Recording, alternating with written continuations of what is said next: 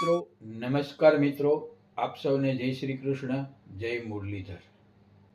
આજે આપણી સાથે ઉપલેટાના સામાજિક આગેવાન અને સમાજ માટે ખૂબ સારી ભાવના ધરાવતા આગેવાન શ્રી ભાદાભાઈ બોરખતરિયા સાહેબ આપણી સાથે ઉપસ્થિત છે।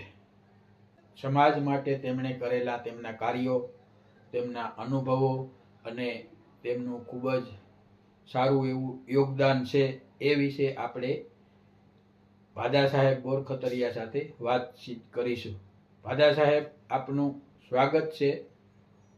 તો આવો આપણે હવે સીધી વાત કરીએ ભાદા સાહેબ બોરખતરિયા સાહેબ સાથે। મારા આ વિડીયોને લાઈક કરજો, શેર કરજો અને કોમેન્ટ કરી તમારા પ્રતિભાવ જરૂરથી જણાવજો। સૌપ્રથમ ટૂંકમાં તમારો પરિચય આપો, જેથી કરીને વધુમાં વધુ આપણો આહિર સમાજ તમારાથી પરિચિત થાય। મારું નામ છે ભાદાભાઈ દાનાભાઈ બોરખતરિયા। મારું વતન છે તલગણા, પણ મોટાભાગના મને ખાખી જાળિયાનો કહીને મારી ઓળખ ઊભી કરી છે, એટલા માટે કે મેં મારી જિંદગીના 30 વર્ષ ખાખી જાળિયામાં નોકરી કરેલી છે પ્રાથમિક શિક્ષક તરીકે। એટલે કે અત્યારે હું નિવૃત્ત શિક્ષક છું અને મારો પરિવાર પણ વેલ સેટ છે। જુનાગઢમાં મારો પુત્ર પિયુષ બોરખતરિયા સ્કિનનો એક સારો એવો ડૉક્ટર છે કે જેનું આપણા ગુજરાત નહીં પણ સમગ્ર ભારત લેવલે બહુ સારું એવું નામ છે। મોટા દીકરા છે એ ટીચર છે, 2 માણસ, અને દીકરીની જમાઈ પણ ડૉક્ટર છે। આમ મારો પરિવાર ખૂબ સુખી છે અને મને ભગવાને આ એક જે મૂડી આપેલી છે જેનાથી હું સમાજની સેવા બહુ સારી રીતે કરી શકું છું। હા સાહેબ, આમ તો તમે જેમ કીધું એમ હું પણ અત્યાર સુધી તમને ખાખી જાળિયાના જ વતની માનતો હતો।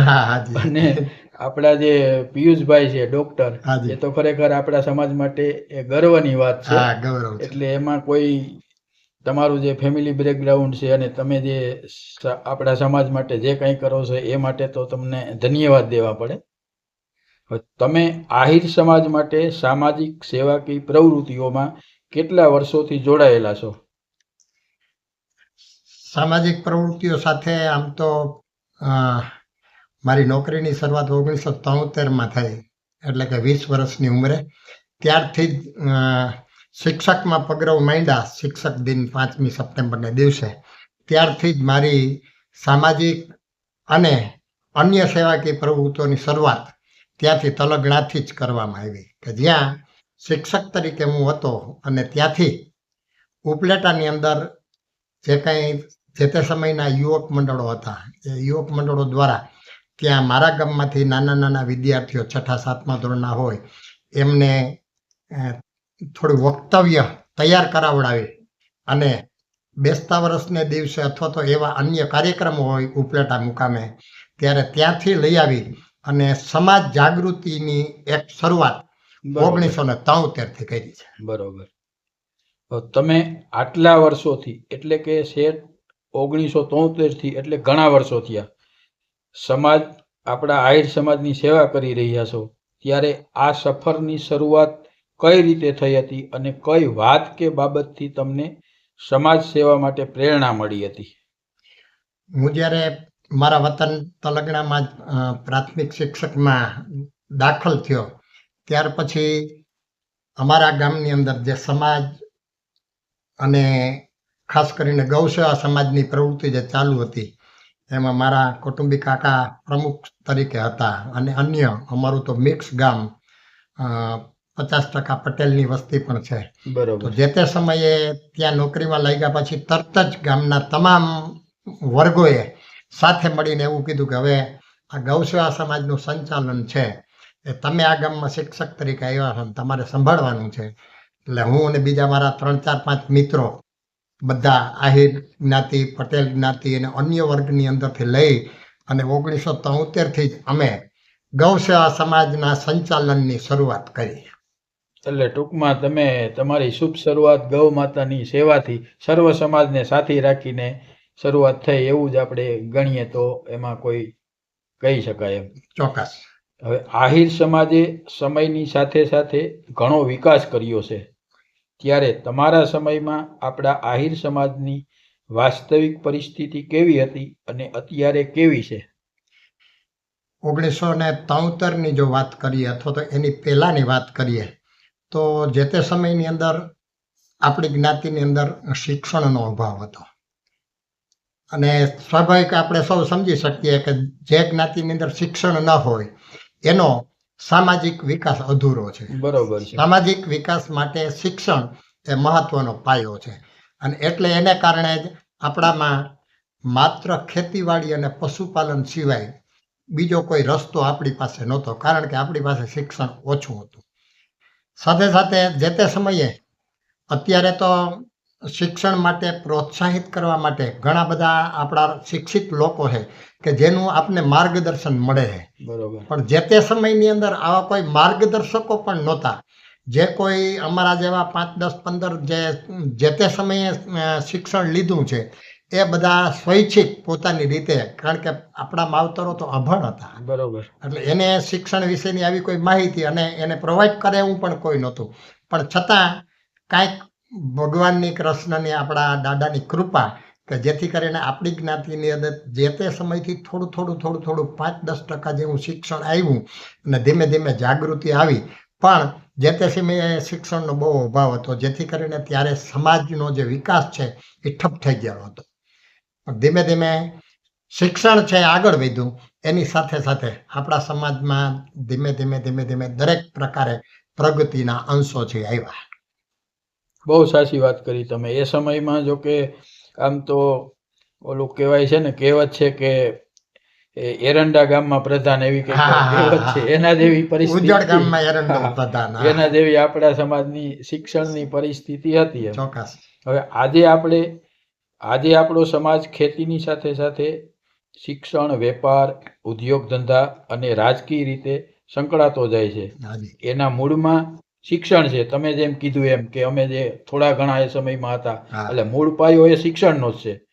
પરંતુ સમાજમાં હજુ પણ શિક્ષણના સ્તરને વધુ સુધારવા માટે તમારા મતે કયા નક્કર પગલાં લેવાની જરૂર છે, ખાસ કરીને યુવતીઓ અને ગ્રામ્ય વિસ્તારના બાળકો માટે? આપે ખૂબ જ સરસ પ્રશ્ન કર્યો છે કાનભાઈ, કારણ કે પાયાની બાબત એ શિક્ષણ છે.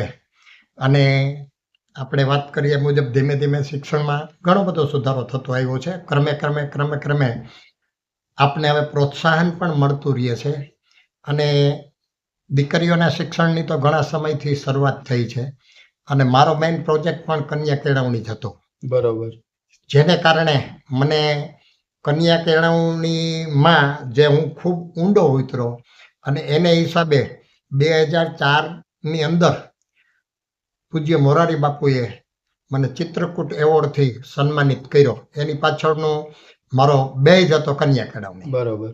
ત્યાર પછી 2005માં રાષ્ટ્રીય કક્ષાનો સર રતન ટાટા એવોર્ડ, જેમાં પણ મારો મેઇન પ્રોજેક્ટ હતો કન્યા કેળવણી. બરોબર. અને ત્યાર પછી મારી નોકરીના એન્ડના સમયની અંદર 2010ની અંદર રાજ્ય કક્ષાના શ્રેષ્ઠ શિક્ષક તરીકેનું પારિતોષિક આપણા હાલના વડાપ્રધાન જે તે સમયે ગુજરાતના મુખ્યમંત્રી હતા અને માનની કમલા બેનીવાલજી એ આપણા રાજ્યપાલ હતા, એ બંનેના હસ્તે જે તે સમયે આ જ પ્રોજેક્ટ ઉપર કન્યા કેળવણી, એ સિવાય ઘણા બધા એમાં જે પ્રવૃત્તિઓ છે સાથે સંકળાયેલી છે.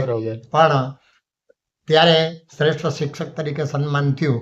જ્યારે 2004માં સન્માન થયું ત્યારે હું મારા જીવનને એક ધન્ય સમજતો હતો કે મારી જે કંઈ કેળવણીની યાત્રા છે, આ યાત્રામાં એક સંતના હાથે શ્રેષ્ઠ શિક્ષક તરીકેનું સન્માન થતું હોય તો આપણા માટે બહુ મહત્વની બાબત છે. તો આપે જે બાબત કીધી છે કે ખરેખર જે આપણા સમાજનો વિકાસ છે એ વિકાસની અંદર પાયાની બાબત શિક્ષણ તો છે જ. અને ધીમે ધીમે શિક્ષણનો સ્તર પણ તમે જે કન્યા કેળવણીની વાત કરી હતી, તો કન્યા કેળવણીના એ પછી તો ઘણા બધા સંકુલો ઊભા થયા. હા, બરોબર. જુદા સિટીની અંદર જિલ્લા કક્ષાએ ઘણા બધા. પણ હવે મને કંઈક એવું લાગે છે કે જે કન્યા કેળવણીનો આપણે એક આખો જુવાળ ઊભો કર્યો છે આપણી જ્ઞાતિની અંદર. હવે અત્યારે દીકરીઓ પુષ્કળ ભણેલી છે. એની સામે દીકરાઓ છે કંઈક ઓછું ભણેલા છે, ભણેલા છે. એટલે થોડુંક કંઈક અનબેલેન્સ થતું હોય એવું પણ આપણી દ્રષ્ટિએ એક શિક્ષકની દ્રષ્ટિએ હું વિચારી શકું છું. 100%. તો હવે આપણે દીકરાઓનું શિક્ષણ પણ આનાથી ખૂબ સારી રીતે આગળ વધે અને જે બેલેન્સ છે એ જળવાઈ રહે એવી પ્રવૃત્તિની પણ આપણા સમાજે થોડીક જરૂરિયાત છે. કારણ કે પહેલા બોર્ડિંગો હતી આપણી, હા પણ એ બોર્ડિંગો ધીમે ધીમે જે તે કારણોસર હા ધીમે ધીમે બોર્ડિંગો ભાંગી પડી ભાંગી પડ્યા. અને એને કારણે અ, દીકરાઓનું શિક્ષણ છે એ થોડુંક ધીમે ધીમે ધીમે ધીમે ધીમે ધીમે ઠપ થઈ ગયું અને દીકરીઓના સંકુલો હતા એમાં સંચાલનો પણ ખૂબ સારા હતા, જેને કારણે આપણી અત્યારે જે કંઈ દીકરીઓ છે તમે દર વર્ષે જુઓ છો, તમે ડૉક્ટરોમાં જાય છે અથવા તો જે કંઈ અત્યારે ભરતીઓ થાય છે એમાં આવે છે, હા. એમાં આપણી દીકરીઓનું પ્રમાણ થોડુંક વધારે છે, જેથી કરીને જ્યારે આપણે સંબંધની બાબત આવે ત્યારે થોડુંક આ અનબેલેન્સ સામાજિક લેવલ મને દેખાય છે, હા. એવું થોડું લાગે છે. એટલે જો કે કન્યા કેળવણીની જરૂરિયાત તો છે જ એટલા માટે કે એક માતા સુશિક્ષિત માતા છે એ શિક્ષકની ગરજ સારે. ઘરે ભણેલી માતા હશે તો એની ભાવિ પેઢી છે એ સુધરશે, 100%. પણ એની સામે એનો પપ્પા પણ એટલો જ ભણેલો હોવો જોઈએ. તો દીકરીઓના ભણતરની જરૂરિયાત છે એના કરતાં પણ વિશેષ હું એમ કહું છું કે આપણામાં દીકરાઓના ભણતરની પણ ખૂબ સારી એવી જરૂરિયાત છે. મેં કન્યા કેળવણીનો પ્રોજેક્ટ લીધો હતો અને મારા ગામ તલગણામાં શરૂઆતમાં મેં 9 વર્ષ નોકરી કરી ત્યારે ખૂબ શિક્ષણની અંદર ખૂબ સારા એવા પ્રયત્નો કર્યા અને અમારી શાળાને એક ટોચની શાળા બનાવી અને જે તે સમયે મારી શાળાના આચાર્યને રાજ્યના શ્રેષ્ઠ શિક્ષક તરીકેનું પારિતોષિક મળેલું હતું, શાંતિભાઈ રાવલને. અને બરોબર. એમાંથી પ્રેરણા લઈને પછી ધીમે ધીમે ધીમે ધીમે હું આ વસ્તુ ઉપર આગળ ચાલ્યો. તો કેળવણી છે એ પાયામાં છે અને દીકરીઓની કેળવણી તમે એમ કીધું એ પણ મહત્વની વસ્તુ છે, પણ થોડુંક હવે આવો પણ વિચાર આપણો માગે છે બેલેન્સ કે જળવાવું હા જોઈએ. બેલેન્સ થોડુંક જળવાય એવું. બાકી શિક્ષણનું પ્રમાણ હવે આપણે જે લેવલ ઉપર પહોંચ્યા છીએ એનાથી વિશેષ આઈએએસ અને આઈપીએસની અંદર આપણા દીકરા દીકરીઓ જાય એના માટેનું એક આખું સ્ટેજ આપણે ઊભું કરવું પડે એમ છે જ્ઞાતિ લેવલે. બરોબર. જોકે જિલ્લા કક્ષાઓમાં થોડા વર્ગો ચાલુ થયા છે અને આપણી જ્ઞાતિના મોટાભાગના ભાઈઓ એમાં ખૂબ સારું એવું ધ્યાન દે છે, હા. પણ છતાં પણ હજી તમે જુઓ નાની નોકરીમાં ઘણા બધા આપણા ભાઈઓ બહેનો દીકરા દીકરીઓ બધા જાય છે, જાય છે. હા. પણ આઈએએસ ને આઈપીએસ સુધી હા. ઠેઠ પટાવાળાથી માંડી અને આઈપીએસ કે IPS, આઈએસ સુધીનો આપણો વ્યક્તિ દરેક કચેરીની અંદર બેઠો હોય એવું જોવાનું મારું સ્વપ્ન છે, એટલે કે સારા સમાજનું સ્વપ્ન હા. છે. તો સમાજ પાછળ આપણે આવી પણ અપેક્ષા રાખી કે હવે આપણે સૌ સાથે મળી અને આઈએસ આઈપીએસની સુધી આપણા સંતાનો કેમ પહોંચી શકે એના માટે જે કંઈ કરવાનું ઘટતું હોય એ આપણે સૌ કરીએ. સાહેબ તમે બહુ એકદમ પરફેક્ટ વાત કરી આજના સમયને અનુલક્ષી, અને પહેલા તો તમને એ મારે અભિનંદન દેવા છે કે આજે ઘણાને ખબર નહીં હોય કે એ સમયમાં તમે એક એવોર્ડ વિજેતા શિક્ષક છે. હાજી. એવોર્ડ વિજેતા શિક્ષક એટલે કે તમારામાં જે શિક્ષકના ગુણ રહેલા હોય છે હાજી. અને એ ગુણ તમે જે ઉજાગર કર્યા અને સમાજનું નામ રોશન કર્યું એ માટે પણ તમને અભિનંદન. અને આજે તમે જેમ કહો છો એમ દીકરા અને દીકરીનું બેલેન્સ જાળવવું શિક્ષણમાં જરૂરી છે. જરૂરી છે. અને હવે આપણે લગભગ કહીએ ને કે પ્રાથમિક કે હાયર જે શિક્ષણ હોય એ લગભગ ઘરે ઘરે પહોંચી ગયું છે. પહોંચી ગયો. તમે જેમ કહો છો એમ આઈએસ કે આઈપીએસ અધિકારી ઉચ્ચ લેવલનું શિક્ષણની એના માટે પ્રયત્ન કરવાની ખાસ જરૂર છે ચોક્કસ અત્યારે. ચોક્કસ જરૂર છે. આજના ડિજિટલ યુગમાં સમાજની કઈ કઈ જૂની પરંપરાઓ કે રીત રિવાજોમાં સુધારા લાવવાની તાતી જરૂરિયાત છે?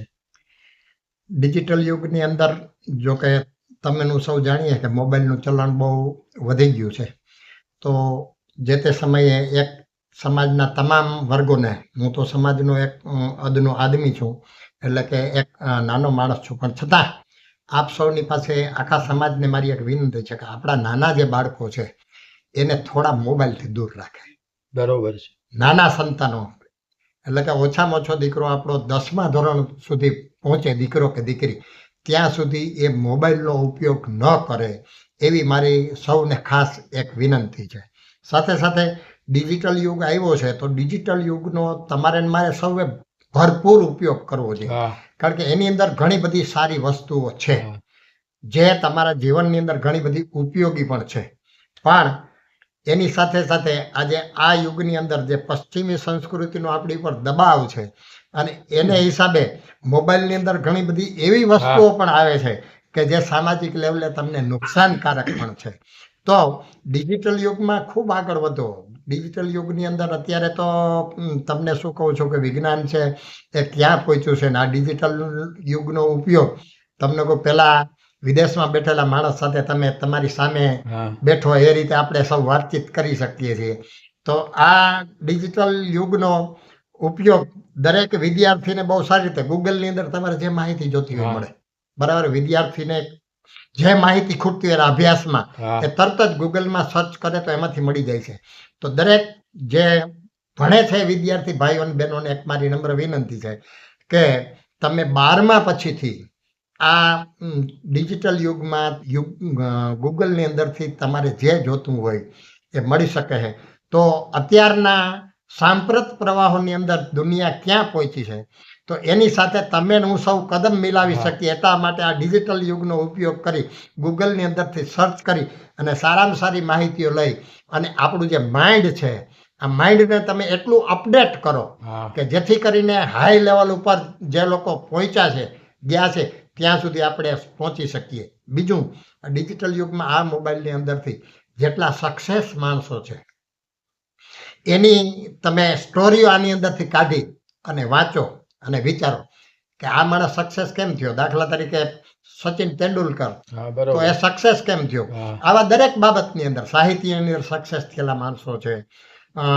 કોઈ પણ પ્રકારના જે સ્ટેજ છે બધા સ્ટેજની અંદર આવા માણસો ટોચ સુધી પહોંચ્યા છે. તો એનું આખું બેકગ્રાઉન્ડ તમે જાણી વાંચી અને એના તરફ તમે આગળ વધશો તો આપણી જ્ઞાતિને જે ટોચ ઉપર આપણે લઈ જવાની છે એ ટોચ ઉપર તમે સૌ સાથે મળી અને આપણા સમાજનો વિકાસ કરી શકશું. તો આમ ડિજિટલ યુગનો સદુપયોગ થાય તો એનાથી આપણા સમાજને ઘણા બધા ફાયદા થાય. બરોબર છે. સિક્કાની બે બાજુ હોય છે. એમાં જે સોશિયલ મીડિયાની ખરાબે અસર છે અને સારી અસર છે, પણ એનો કેવી રીતે ઉપયોગ કરવો એ આપણા ઉપર આધાર છે. અને તમે જેમ કીધું એમ આજે મોબાઈલમાંથી તમે સોશિયલ મીડિયામાં ડિજિટલ યુગનો ઉપયોગ કરીને એક નાનામાં નાની વસ્તુનો પણ તમને માહિતી મળી શકે છે. એનો સારામાં સારો ઉપયોગ કરો તો અત્યારે મોબાઈલ ખરેખર એક આપણું હાથ વગું ઉપયોગી સાધન છે. એમ કે અત્યાર સુધી આપણે આવી માહિતી કે આવું ક્યારેક કોઈ દી વિચાર્યું નહોતું. એક ચમત્કાર, વિજ્ઞાનનો ચમત્કાર છે એવું ગણીએ તોય કહી શકાય.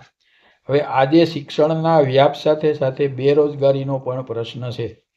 ત્યારે આહિર સમાજના યુવાનો કે યુવતીઓ માટે તમને એમને આગળ લાવવા સમાજે શું કરવું જોઈએ?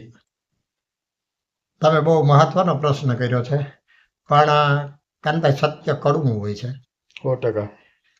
તમે સૌ જોઈએ છીએ કે અત્યારે જે બેરોજગારી છે, બેરોજગારીનો મોટો પ્રશ્ન છે.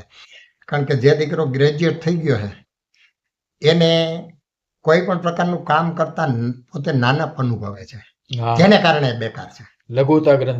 લઘુતા ગ્રંથિથી પીડાય છે અથવા તો અનુભવે છે, જેને કારણે. પણ તમને કહું, આપણા બાપ દાદાનો ધંધો છે ખેતી અને પશુપાલન. ઠીક છે, અત્યારે તો ગ્રામ્ય વિસ્તારમાં તમે જુઓ, એક ઘરની અંદર 3 દીકરા હોય તો 3 અલગ વ્યવસાય કરીને બેસી ગયા છે. કાંઈ નથી તો મોટરસાયકલ રિપેરિંગનું એક ગેરેજ ઊભું કરીને એ દરરોજના 1000 રોજગારી મેળવી લે છે. બરાબર. પછી પેલા ઘણી બધી ગેરેજો ઊભી કરી છે આ ખેતીના ઓજારો બનાવવા માટેના, ડેલાઓ બનાવવા માટેના, ડેલીઓ બનાવવા માટેના અનેક પ્રકારના ઉદ્યોગો છે. બરાબર છે.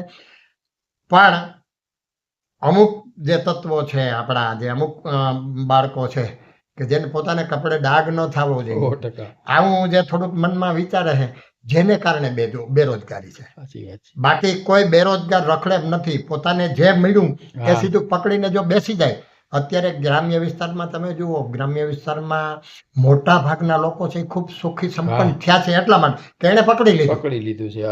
ચાલો, ગેરેજ તો ગેરેજ, લોખંડની અંદરથી વસ્તુ બનાવવાનું, ખેતીના ઓજારો બનાવવાના, કાંઈ ને કાંઈ ઉદ્યોગો છે આવા. એણે પોતે ગામડાની અંદર એક ગામ, હું ખાખીજાડિયામાં જાઉં તો 4-5-6 જગ્યાએ આવા ખેતી ઓજારોના નાના બનાવવાના બધા ડેલીઓ બનાવે, ડેલા બનાવે, ગ્રીલું બનાવે. આ છે આ એક વિકાસ જ છે. હા અને એ પોતે વળગી ગયા છે, એને નાનપ નથી અનુભવી. હા અમુક પ્રાકૃતિક ખેતી કરી અને પોતાનો વ્યવસાય ખૂબ સારી રીતે ચલાવે છે.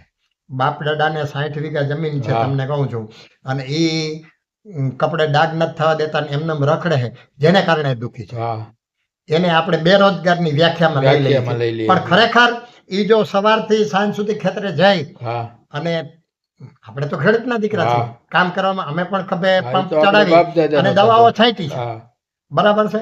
અમે પણ ખાતર ભર્યા છે, અમે પણ પારા બાંધ્યા છે. હા. અત્યારે તો આ બધી વસ્તુ હવે તો હા, અત્યારે- યાંત્રિક યુગ આવી હા, ગયો બહુ છે, સહેલું થઈ બરાબર. ગયું છે અત્યારે. ખેતીવાડી બહુ સહેલી, હા માત્ર તમારે સંચાલન કરવું પડે એમ છે. હા પણ આ તો ઠીક છે કે હજી ગોધરા સાઈડ ને બીજા બહારથી મજૂરો હા. આવે છે, નહીતર તમારી ખેતી છે ખેતી, કોઈ કરે એમ હા. નથી. પડી ભાંગે તો એવું છે અત્યારે. ખેતી એટલે ખેડૂતના તમામ દીકરાઓને એક આપણી બે હાથ જોડીને વિનંતી છે કે આપણે બેરોજગારીમાં નામ નથી લખાવવું, બરાબર છે.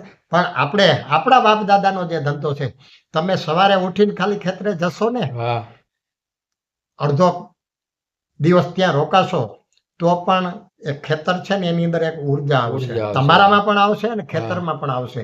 એ તમારો દરરોજ તમે જતા હશો તો તમારી ખેતી છે ને એ તમને દોઢું ઉત્પાદન આપશે. હા બરોબર કે છે. મારો જે પાલક છે એ અત્યારે હા. જો કે ધરતી તો આપણી માં છે આમાં છે, હા. અને એ આપણું પાલન પોષણ કરે છે, પણ છતાં તમે ત્યાં જતા હો તો એને આનંદ આવે છે અને એ આપણો પાક છે. એટલે દરેકને મારી નમ્ર વિનંતી છે કે આપણે પશુપાલન જો 5 ભેંસો રાખીને ઘણા બધા હા કુટુંબો સારું છે, એવું કમાય છે. આબેહૂબ કમાય છે, હા બરાબર. ખેતીવાડીમાં પણ ઘણા ખાલી 5 વીઘા જમીન છે હા તો એ શાકભાજીનું વાવેતર કરી હા અને એનું ગુજરાન બહુ ફર્સ્ટ ક્લાસ રીતે હા. ચલાવે છે.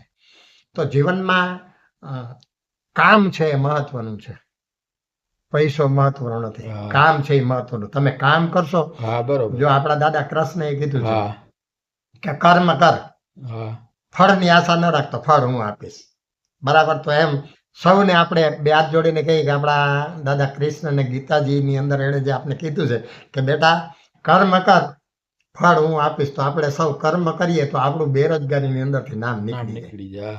તમે કીધું એમાં એ બહુ કડવું સત્ય છે કે આ આપણો જે પરંપરાગત ધંધો છે એ છોડીને બીજો નથી હા, હા, એ કરતા. ધંધો કરવું નથી કરવામાં કોઈએ. આપણને ક્યાં ખોટું છે? ગમે એ ચોક્કસ. ધંધો કરો, તમારામાં આવડત છે તો આપણે કરીએ કરીએ, તો એનાથી 2-5 પૈસા આપણને લાભે થાય. ચોક્કસ. અને જે નથી કરતા અથવા તો આ બેકારીનો પ્રશ્ન છે એ તમે કીધું એમાં એ પણ એક મોટો સવાલ છે જ એમ.